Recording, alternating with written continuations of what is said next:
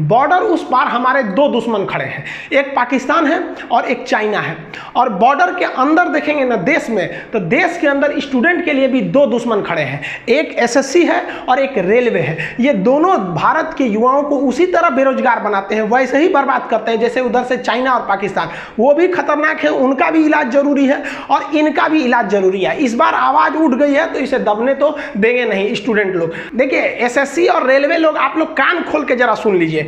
युवाओं को जो आप टेकन फॉर ग्रांट लेते हैं ना, ये बहुत बड़ा हस्ती होते हैं युवा। एक बार बिगड़ गए समझना तो फिर कंट्रोल नहीं हो पाएगा आपसे। युवा का अगर आप उल्टा करिएगा ना तो वायु बन जाता है और वायु से टकराना बहुत मुश्किल हो जाता है। फिर वो पवन पुत्र हनुमान का रूप ले लेगा ना, तो फिर इसको, इस आंधी को कोई एसएससी और कोई रेलवे की औकात नहीं जो इस आंधी को रोक सके। हम गवर्नमेंट से भी कहते हैं कि आप थाली बजाने के लिए कहते हैं, हम लोग थाली बजाए थे, ताली बजाए थे। आप कहें कि दिया जलाइए, हम लोग दीप जलाए थे। मोदी जी, हम आप लोग आपकी बहुत इज्जत करते हैं, आपके लिए हम लोग दीप जलाए थे। लेकिन इसका मतलब ये नहीं कि हम स्टूडेंट्स की इज्जत नहीं करते हैं, उनकी बातों को नहीं सुनेंगे। आपके एक बार कहने पे हम दीप जलाएं और ये स्टूडेंट्स की करियर खराब होगा ना, तो इनके लिए हम दीप नहीं मसाल लेके निकल जाएंगे हम लोग। और फिर सड़कों पर आप देखिएगा कि बेरोजगारों का जब मसाल चलेगा ना, तो फिर एसएससी और रेलवे उस आंधी को नहीं रोक पाएगी। आपके सामने यहाँ देखिए, ये रेलवे का फॉर्म आया था एनटीपीसी का। डेट देखिए, लास्ट डेट था उसको 31 मार्च 2019 को भरने का।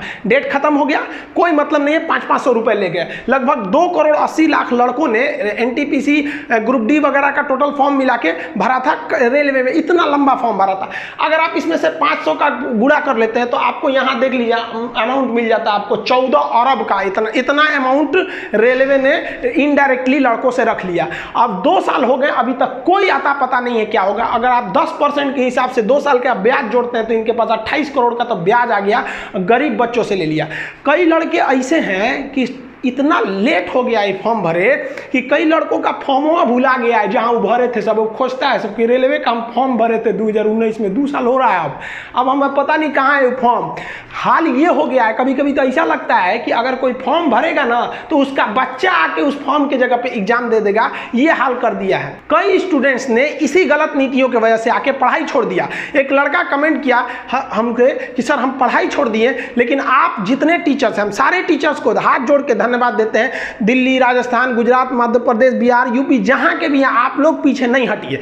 यहां पर कई लड़कों ने पढ़ाई छोड़ दिया कि सर क्या करें, हम लोग गरीब घर के रहते हैं, लोग घर द्वार बांधे रख के, गिरवी लेके, कर्जा लेके हम लोग पढ़ने आते हैं। 1 से 2 साल का टाइम रहता है। यहाँ तो आपका 5 साल में रिजल्ट क्लियर नहीं हो रहा है, कहां से हम करेंगे, हम लोग मजदूरी करने में लग गए। उन लड़कों को सोचिए कितना खराब लगेगा जब पढ़ लिख कर वो मजदूरी कर रहे होंगे। सब कितने लड़कों ने सुसाइड कर लिया यहाँ पर, आपको पता चलता है ये सब चीजों का? आपको तो केवल रिया चक्रवर्ती का दिक्कत है। अरे बाप रे बाप, रिया चक्रवर्ती, सुशांत सिंह राजपूत को हमें न्याय चाहिए, एकदम गलत हुआ है। लेकिन हमारा ये कहना है कि एक स्टूडेंट जब सुसाइड कर लेता है, वो भी सिस्टम की वजह से, तो क्या उसके लिए कोई जिम्मेदार नहीं होता है? एक लड़का कह रहा है सर हम सुसाइड करने जा रहे हैं, हम नोट्स में लिखेंगे कि हमारी मौत का जिम्मेदार एसएससी और रेलवे होगा। उसको तो आदमी समझाया कि भाई काहे कर रहा है, हम लोग मुहिम चालू कर दिए। और आप स्टूडेंट सबसे कहना चाहते हैं आप भरोसा कीजिए, हम आपको न्याय दिला के रहेंगे। केवल हम नहीं, हिंदुस्तान का सारा टीचर इस बार उखड़ गया है, स्टूडेंट भी। और ट्विटर पे दिखा दिया था, इसका हम लोग को नतीजा भी देखने को मिला।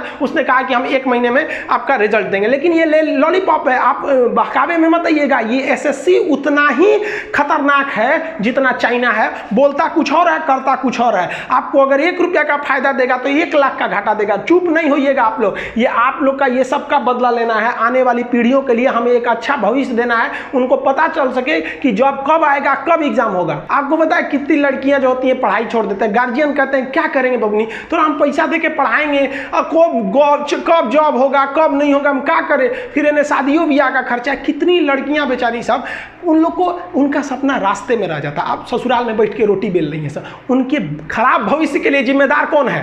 कौन जिम्मेदारी लेगा उसके लिए? आप देखे होंगे कितने गरीबी से लड़के पढ़ने आते हैं, उनका घर टूट रहा होता है, घर पे छत नहीं होती है, पलानी में रहते हैं लोग, इस सपने में कि बबुआ का नौकरी हो जाएगा।